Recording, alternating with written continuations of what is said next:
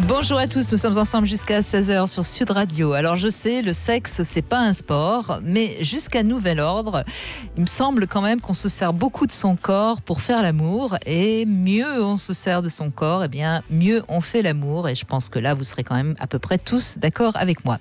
Donc apprendre à faire fonctionner certaines parties de son corps, ça peut s'avérer tout à fait utile, non seulement pour être un meilleur amant ou une meilleure maîtresse, mais aussi, et ça c'est peut-être encore plus intéressant, pour avoir plus de plaisir. Alors on va pas vous parler de performance aujourd'hui, non, on va pas passer en revue non plus toutes les positions du Kama Sutra.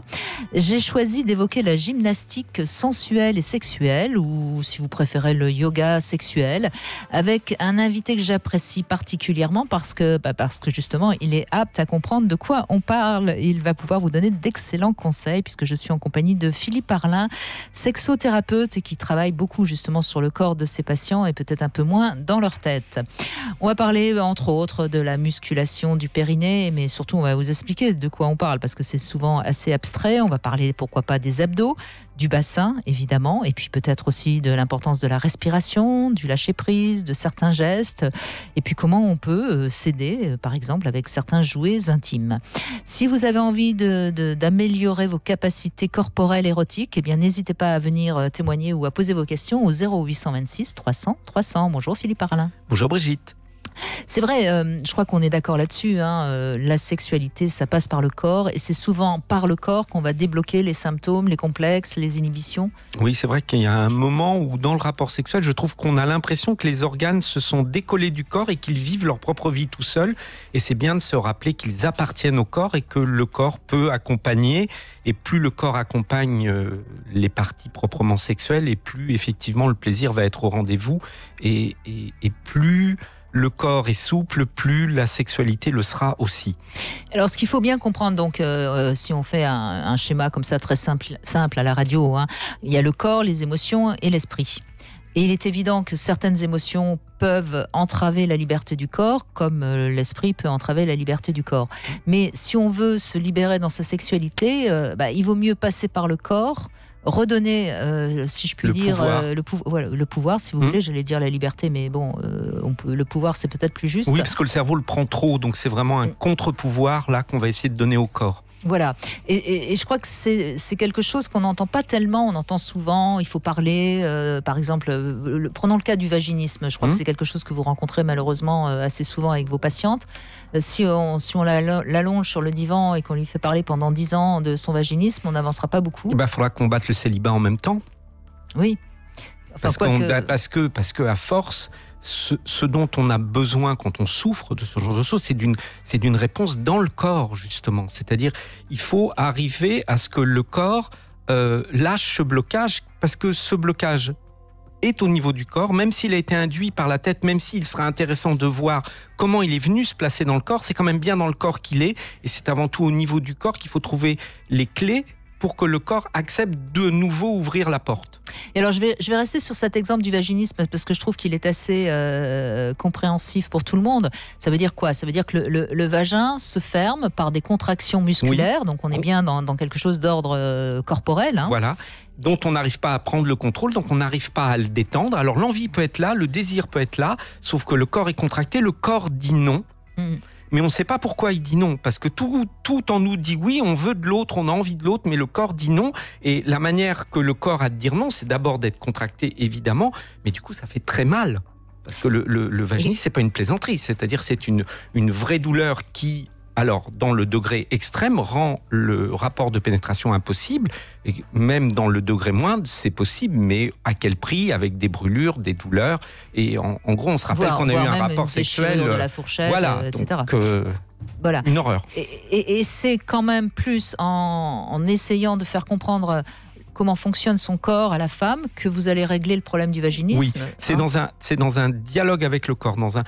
Il faut, en gros, reprendre le contrôle, mais le mot est pas juste, mais il faut reprendre la compréhension des muscles qui se situent là, comprendre leur puissance, comprendre comment on peut les piloter. Et c'est parce qu'on réapprend à contrôler ces muscles qu'on apprend aussi à les détendre. Et c'est ce mouvement, cet exercice, cette gymnastique qui va permettre de rendre de nouveau la pénétration possible. Si les muscles sont moins contractés, il y aura moins de douleur, parce que la douleur est forcément liée à l'effraction, le fait qu'on force quelque chose qui contraint. Et du coup, petit à petit, on arrive à rendre de nouveau possible cette pénétration. Et ce qui est intéressant, c'est que c'est souvent quand elle redevient possible que la tête est à même de nous dire pourquoi c'était fermé.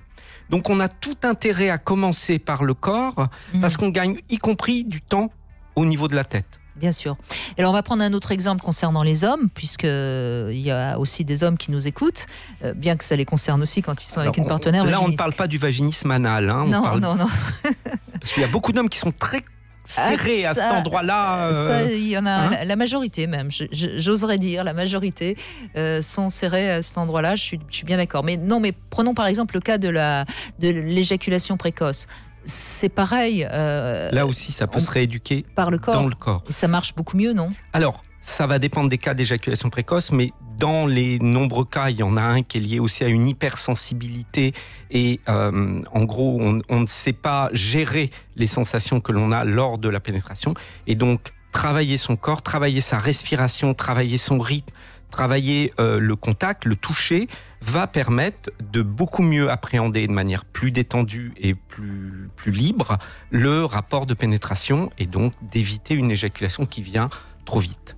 Voilà, d'où l'intérêt, encore une fois, de bien ressentir comment, ce qui se passe dans le corps. Revenir à soi. Et comment fonctionne le corps. Et quand on est dans la sexualité, c'est vraiment essentiel.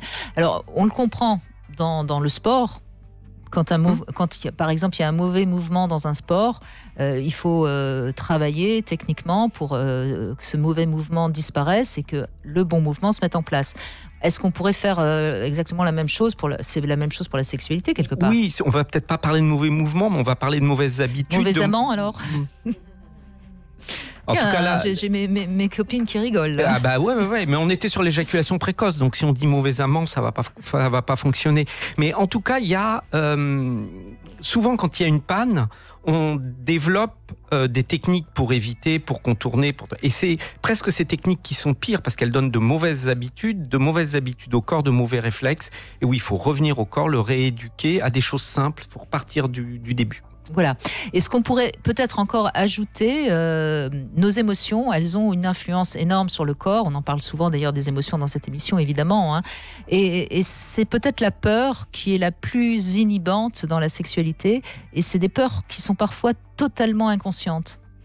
Elles sont inconscientes, mais elles ont un pouvoir énorme. C'est-à-dire que nos émotions vont être le filtre entre ce qu'on ressent au niveau du corps et comment c'est interprété au niveau de notre cerveau. C'est-à-dire que si on est super heureux de la personne qui nous touche, etc., on va être plus ouvert à en jouir. Si on veut absolument pas que la caresse soit agréable parce qu'elle est faite par quelqu'un avec qui on est en colère, on va être capable de censurer. Mais ça peut aller plus loin. C'est-à-dire que dans un niveau de peur, ce filtre qui vient entre l'expérience physique et l'interprétation au niveau du cerveau peut totalement fermer ma capacité à recevoir. Et les patients vont s'exprimer, je dis les patients parce qu'évidemment c'est ce que j'entends moi, mais je sens rien, il se passe rien. C'est pas qu'il se passe rien. Et la bonne nouvelle, elle est là. C'est qu'il se passe quelque chose si on retourne au niveau du corps, mais la peur, le grand censeur a mis un filtre.